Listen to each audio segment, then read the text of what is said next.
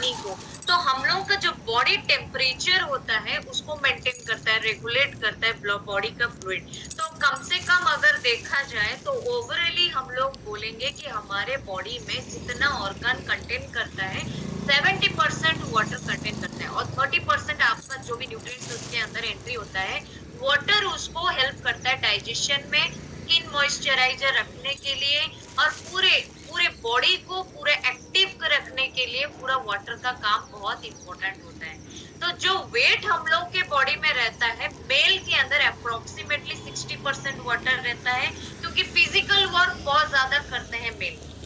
Gents लोग बहुत ज्यादा फिजिकल वर्क करते हैं, लेडीज लोग अप्रोक्सीमेटली उनके बॉडी में 55% वाटर रहता है। तो खास करके हम लोग अगर देखेंगे तो जेंट्स लोग फिजिकली बहुत वर्क करते हैं, लेडीज लोग भी करते हैं, लेकिन मेंटली, फिजिकली, सोशली सारे चीज में लेडीज लोग बहुत फास्ट रहते हैं, जो कि ऊपर वाले ने ऐसा लेडीज को बनाया है, हर एक चीज वो मेंटेन करके चल जाएंगे, राइट। तो 10% वाटर हम लोग का एडिपोज टिश्यू, जो हम लोग का सेल टिश्यू बनाया गया है, उसमें एडिपोज टिश्यू में 10% रहता है। तो मसल मास में हम लोग कितना देखेंगे, 75%। इसको आप नोट डाउन करके रखिए, नहीं तो आप स्क्रीनशॉट लेके रख सकते हैं समझने के लिए।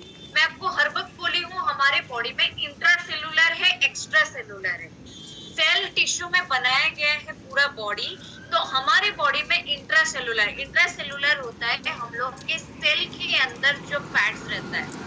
तो इंट्रासेलुलर होता है बॉडी के ऑर्गन के अंदर, जो सेल्स रहती है, टिश्यूज रहती है। ये आपको पिक्चराइज समझाया गया है। रेड ब्लड सेल्स जो फ्लो होता है, उसके नीचे वाले पार्ट में देखिए सेल मेम्ब्रेन। बचपन में सेल मेम्ब्रेन के बारे में सब लोग पढ़े रहेंगे।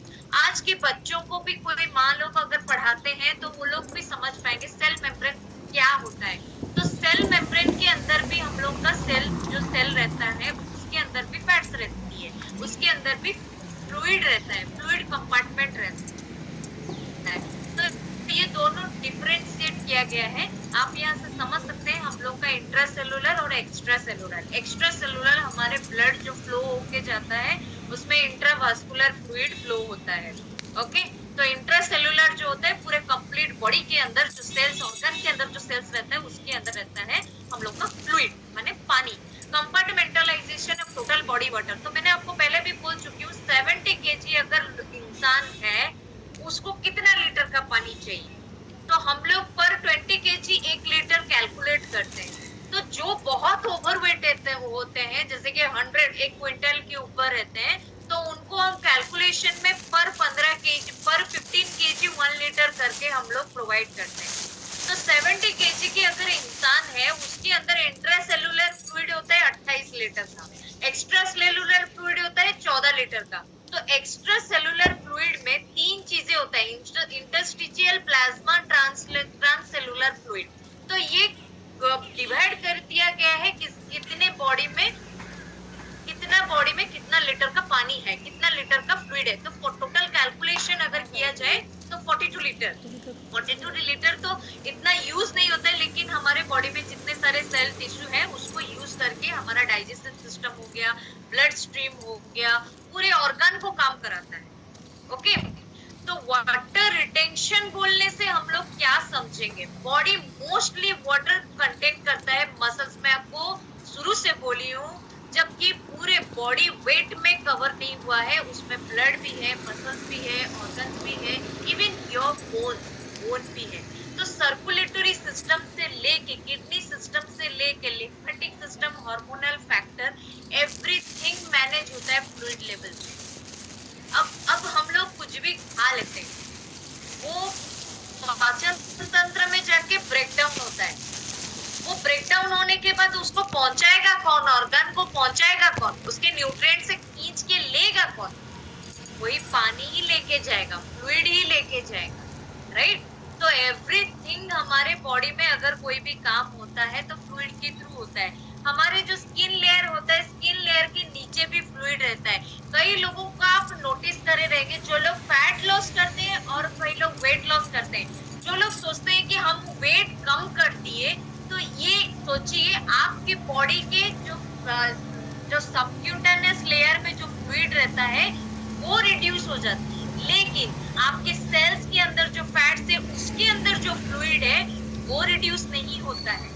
जो फैट लॉस प्रोसेस में इसीलिए हम लोग बोलते हैं पानी ज्यादा पीने के लिए। पानी ज्यादा पीने से आपके बॉडी के बैड टॉक्सिन्स को आपके यूरिन के थ्रू निकालेगा, नहीं तो स्टूल के थ्रू निकालेगा, नहीं तो आपके स्वेटिंग के थ्रू निकालेगा। ये एक तरीका होता है टॉक्सिन्स रिमूव होने की। अब जब बॉडी में टॉक्सिन्स रिमूव नहीं होता है, आपको बैड टॉक्सिन्स उल्टा आपके बॉडी में फ्लो होती है, तो किडनी फंक्शन में प्रॉब्लम होगा, आगे चल के किडनी प्रॉब्लम आने की चांसेस रहती है। इसीलिए बोला जाता है कभी भी अपने पेशाब मतलब हम लोग का टॉयलेट को कभी भी रोकना नहीं चाहिए। अगर यूरिन डिस्चार्ज होने के लिए आ रहा है, तुरंत उसको डिस्चार्ज कीजिए।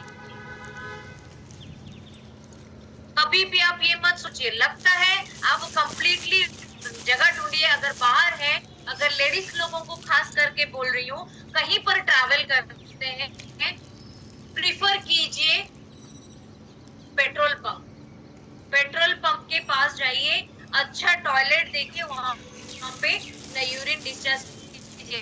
कभी भी कहीं पर भी हो, जब भी आप पानी पीते हैं, टॉयलेट जाने से पहले पानी पीजिए, टॉयलेट जाके आने के बाद पानी मत पीजिए। ओके, तो ये सारे प्रोसेस था जो कि हमारे हेल्थ बेनिफिशियल रहता है। अगर बॉडी में वाटर इंटेंशन बहुत ज्यादा हो जाता है, जितना हम लोग के बॉडी में नहीं चाहिए उतना बढ़ जाता है, डेफिनेटली पॉपीनेस होता है, बॉडी फूल जाता है, स्वेलिंग कर जाता है।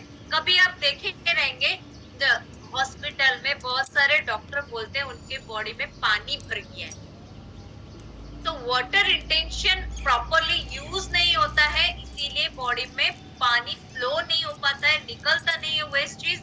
इसीलिए क्या होता है, पानी उल्टा बहने लगता है, बॉडी में उल्टा अफेक्ट करने लगता है। चाहे आपका स्किन हो, चाहे आपका hand, arms, ankle, leg, feet, जहां पर भी हो, वो जाके इफेक्ट करता है, मसल्स में इफेक्ट करता है। ओके, तो यहाँ पे आप सिम्टम्स क्या देखने के लिए मिलेगा, जैसे ब्लोटिंग होता है, स्पेशली एब्डोमिनल एरिया में, स्वॉलन लेग्स, फीट, एंकल होता है, फेस, हिप में पॉफीनेस आ जाता है, फूल जाता है, स्टिफ जॉइंट हो जाती है, जॉइंट्स वगैरह सब स्टिफ हो जाती है, वेट फ्लक्चुएशन होता है, राइट, स्किन कलर में चेंजेस आती है, टेंडरनेस आता है लिम्स में, बहुत सारे चैलेंजेस आता है। ये सारे सिम्टम्स है जो कि वाटर रिटेंशन अगर बढ़ जाता है और घट जाता है, बॉडी में वाटर जितना चाहिए नहीं मिलता है और एक्सेस हो जाती है, राइट। तो यहाँ पे कॉज ऑफ फ्लूइड रिटेंशन क्यों होता है, इतना बढ़ता क्यों है, कम क्यों होता है। आप कंटिन्यूअसली सिटिंग मतलब टू लॉन्ग, बहुत देर तक अगर आप बैठ जाते हैं, तो हम लोग के ब्लड फ्लो होने में दिक्कत आती है। हॉट वेदर, जो कि गर्म वेदर में हम लोग बहुत ज्यादा काम करते हैं, जो कि समर मंथ में लोगों को बोला जाता है ज्यादा से ज्यादा पानी पिया कीजिए, क्योंकि हमारे बॉडी में स्वेटिंग होता है। हमारे यहाँ पे उड़ीसा में ह्यूमिडिटी बहुत ज्यादा है, ह्यूमिडिटी मतलब हम लोग के बॉडी का स्वेटिंग बहुत ज्यादा होता रहता है। गर्म जितना नहीं होता है, स्वेटिंग बहुत ज्यादा, ह्यूमिडिटी ज्यादा बढ़ता है, मतलब बर्निंग होता है, बॉडी पूरा इंज्योर होता है, स्किन रिटेन फ्लूइड होता है, swelling response to burn injuries, जो कि मेंस्ट्रुअल साइकिल में भी प्रॉब्लम आती है, फ्लक्चुएशन होता है हार्मोन्स में। जब हम लोग पानी को कंप्लीटली आकार में कंप्लीट प्रोसेस में नहीं लेंगे, तो हार्मोन्स में डिस्टर्बेंस होने का चांसेस है।